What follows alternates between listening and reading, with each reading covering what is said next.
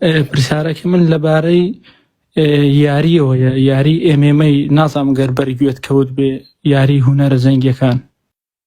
هونەرە جەنگیەکان باش.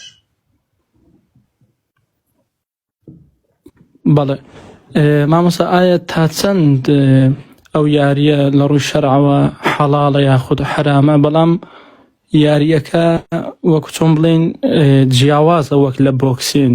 خۆی یاری بۆکسین تەنها وەکو چۆن بڵێن بەرانگاربوونەوەی دوو نەفەرە لەناو وەکو چۆن بڵێن کەیجێکدا کە ئەو دوو نەفەرە بەیەکەوە شەڕە بۆکسێن دەکەن، بەڵام یاری ئێمێمەی جیاوازترە. جیاوازەکەی لەوەیدایە کە هەم بۆکسێنە و هەم وەکو چۆن بڵێن ڕێسلینی پێدەڵێن کە بە کوردیەکەی خۆمان زۆران بازی پێدەڵێن و هەروەها جوجوتسوشی پێدەڵێن کە ئەویشیان مەسەلەی بۆ نمونە دەست شکان و ئەو بابەتانەیە کە تووا لە بەرامبەرەکەت دەکەی بەسەریدا زاڵبی و وەکو چۆن بڵێن واز بێنێ لە یاریەکەی وەکەوەی بڵێن لێی ببێەوە. زۆر باشە قوربانگیان. طبعا لە شریعەتی ئیسلامە جا ئەو یاریە وەکو چۆن بڵێ مامۆستاگیان میکسە. با من تەوزیحت دەمێ قوربانگیان. سەرکە هەموو یاریە قیتالیەکان لە ئیسلام مایکەکەتە گرم براکەم.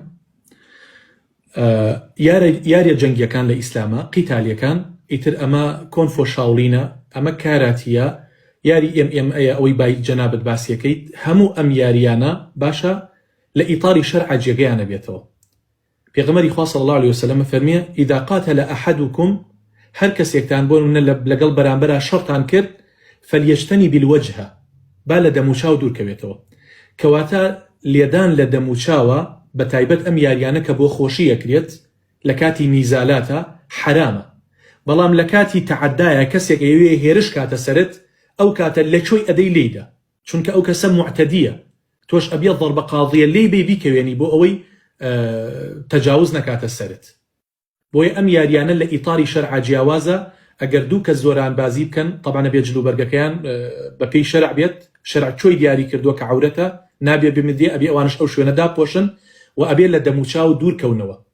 تەنانەت لە سەردەمی پێغەمبەری خوا صلی الله عليه وسلم مصارعە هەبووە، باشە مصارعە هەبووە، ئەمەی پێوتێ قارەمانیەتی زۆران بازی، ئەمانە هەمووی هەبووە، تیر شکاندن و نیشان شکاندن و سوارچاکی و ئەمانە هەر هەمووی هەبووە، مەلەوانی هەمووی هەبووە.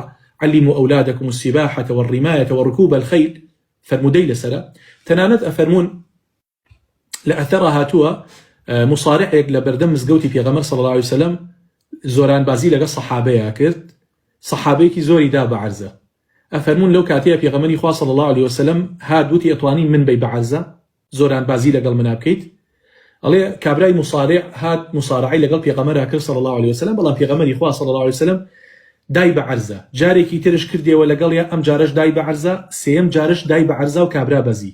بۆیە ئەفەرمون لەم کاتەیە پێغەمبەر صلی الله عليه وسلم فەرمووی لەیسە الشەدید بالسرعة، کەسی پاڵەوان و قارەمان ئەو کەسە نییە کە خەڵکەدا بە عەرزە، باشە یعنی زۆران بازە. إنما الشديد الذي يملك نفسه عند الغضب، بەڵکو قارەمان و زۆران باز ئەو کەسەیە کاتێ تووڕەی ئەکەن خۆی ئەگرێ و هەڵناچێت، تووڕەیەکەی ئەخواتەوە.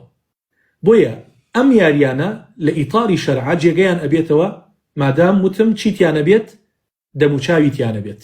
واتا کەسێک یاری چییە پێوترێت ئەم یاریانە لە نیزالە تەنها لە دەموچاو نەداوە، الباقی دروستە ئەوانی تر والله تعالى أعلم. بەڵێ بەس مامۆستا بەڕێز، ئێستا من بۆ خۆم لە وڵاتی بەریتانیا دەژیم، وەک چۆمڵێ لە قاعەیەک لە نزیک ماڵی خۆمە دەچم ڕۆژانە ئەوە بوەکو پێویست، وەک چۆم بڵێ مامۆستا 5 ڕۆژ لە هەفتەیەکدا دەچم لەوێکانە دەرس دەخوێنم لە هەر سێ بەشەکەی، وەک پێم گوتی مامۆستا لە بۆکسێن و لە ئەوەی زۆران بازی و لە جۆرەکەی کەش دەرسم پێدەگوترێ و فێر دەبوو. مامۆستایەکەش وەک چۆم بڵێن زۆری بەدڵ بووم کە ئاستم بەرز بۆتەوە وەک لە تەلەبەکان. کوتی دەمەوێت بۆ ساڵی داهاتوو بەشداری بکەیت بۆ نمونە لە یاری و لە بەرانگاربوونەوە ئەو بابەتان. ئیدیەمیش تۆزێک لەسەر دڵم گران بوو کە وا هەز دەکەم لە ڕووی شەرعەوە کە زیاتر بەلایانی جایزبوونەوەدا نەڕوە. بۆیە با پرسیارێک لە مامۆستایەکەم بزانم ڕێی جەنابیان چۆنە. برای جوانم وەکوتم سێرکە لە کاتی نیزالە بەرامبەر بە مسلمانێک کە نیزال ئەەکەی نابێ لە دەموچاوی بدەیت نابێ ئەمما کەسی معتەدی ئەوەی کەوادی هێرشت بۆ هێنێ و لێت ئەدا دروستە لە دەموچاوی دەی بۆی پارێزگاری لە خۆتکەیت و ئەم یاریە لەو سەردەمەیان نەبووە بۆ نمونە ئێستا دوو کەس یاریکەن لەسەر خەڵاتێ لەسەر بردنەوەیە بۆی کەسێک لەمبەروەند دەرکەوێت و خەڵاتەکە وەرگێت و بێتە پیاوی ساڵ پاڵەوانی ساڵ ئەمە نەبووە باشە بۆیە لە دەموچاو بدەی بە هەموو شێوازی قەدەغەیە نابێت ئەمما یاریکردن لە ئیطاری شەرعە ئەو یاریانە هەمووی جێگەی ئەبێتەوە والله تعالى أعلم